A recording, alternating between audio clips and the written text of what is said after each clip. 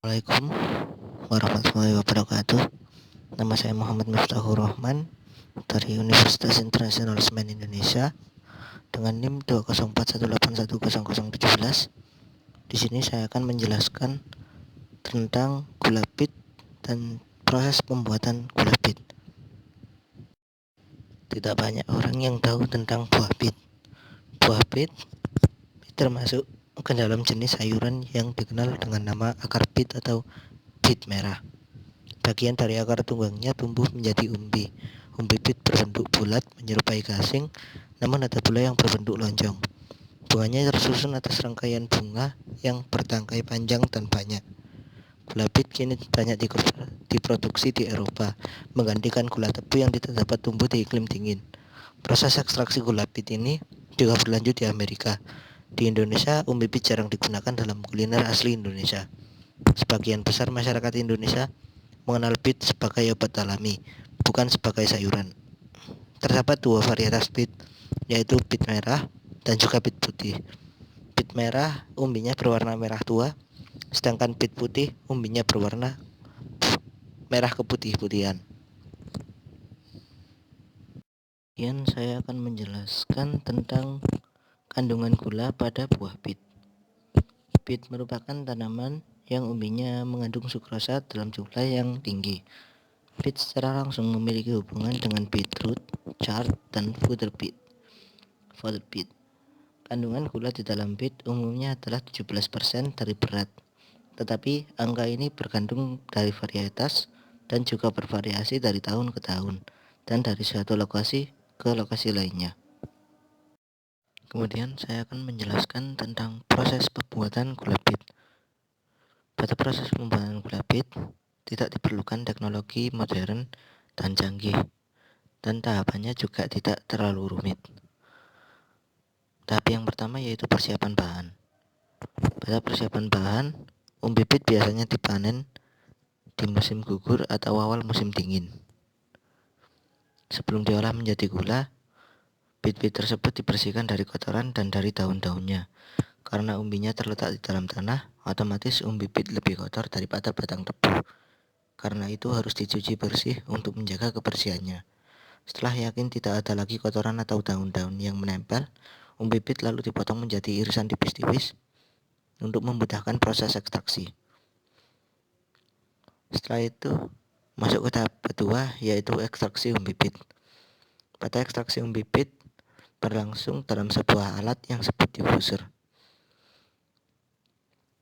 Dalam diffuser, irisan umbi bit akan diaduk secara perlahan dalam air panas selama kurang lebih 1 jam hingga kandungan gula dalam umbi bit larut dalam air. Diffuser merupakan tangki pengaduk berukuran besar dengan posisi horizontal atau vertikal. Di dalamnya, irisan-irisan bit digerakkan dengan pelan dari ujung satu ke ujung yang lain, dan air panas bergerak dari arah berlawanan. Ini dinamakan dengan aliran berlawanan counter current flow.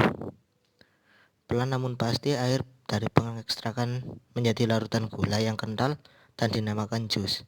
Jus dari proses difusi yang masih mentah ini mengandung sekitar 14% gula, dan bubur residu yang biasanya masih mengandung 1 hingga 2% gula. Untuk mendapatkan hasil ekstraksi jus bit, maka larutan bit harus dipisahkan dari ampasnya. Kemudian dilanjutkan pada tahap yang ketiga, yaitu pengepresan residu. Ampas yang merupakan irisan-irisan bit yang telah diekstraksi biasanya masih memiliki kandungan gula, walaupun sedikit tetapi masih bisa dimanfaatkan. Untuk mengeluarkan gula tersebut, maka ampas bit harus diperas dalam gempa-gempa ulir hingga jusnya keluar semua, dan yang tertinggal hanya bubur bit. Bubur bit ini biasanya diolah menjadi produk sampingan berupa pakan ternak. Kemudian masuk ke tahapan yang keempat, yaitu karbonatasi. Dalam karbonatasi, jus bit atau cairan gula bit dengan menambahkan kapur lime dalam bentuk kalsium hidroksida dan gas CO2. Karbonatasi ini bertujuan untuk membersihkan cairan dari berbagai padatan yang menyebabkan cairan gula keruh, serta untuk mengurangi beberapa komponen warna yang tidak diinginkan. Proses ini dinamakan liming. Jus hasil ekstraksi dipanaskan sebelum dilakukan liming untuk mengoptimalkan proses penjernihan. Kapur berupa kalsium hidroksida atau CaOH2 dicampurkan ke dalam jus dengan perbandingan yang diinginkan, dan jus yang sudah diberi kapur ini kemudian dimasukkan ke dalam tangki pengendap gravitasi atau clarifier. Jus mengalir melalui clarifier dengan kelajuan yang rendah sehingga padatan dapat mengendap, dan jus yang keluar merupakan jus yang jernih. Kotoran berupa lumpur dari clarifier masih mengandung sejumlah gula sehingga biasanya dilakukan penyaringan dalam penyaring vakum berputar, di mana jus residu diekstraksi dan lumpur tersebut dapat dibersihkan sebelum dikeluarkan, dan hasilnya berupa cairan yang manis. Jus dan cairan manis ini kemudian dikembalikan ke dalam proses. Kemudian masuk ke tahapan yang kelima, yaitu penguapan. Setelah mengalami proses slimming, jus dikendalkan menjadi sirup dengan cara menguapkan air menggunakan uap panas dalam suatu proses yang dinamakan evaporasi. Terkadang sirup dibersihkan lagi, tetapi lebih sering langsung menuju ke tahap pembuatan kristal tanpa adanya pembersihan lagi. Jus yang sudah jernih mungkin hanya mengandung 15% gula, tetapi cairan gula jernih, yaitu cairan yang diperlukan dalam proses kristalisasi, memiliki kandungan gula hingga 80%.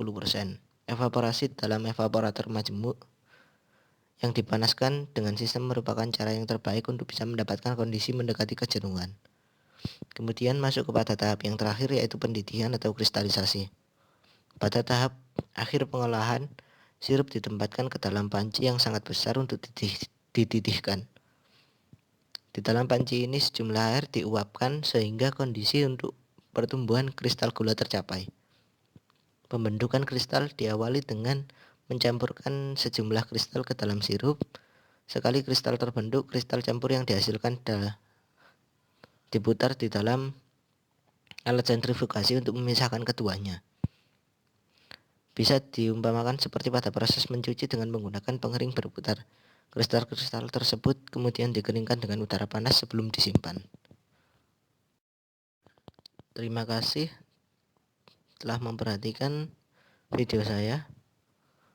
Berikut merupakan penjelasan tentang proses pembuatan gula bit. Assalamualaikum warahmatullahi wabarakatuh.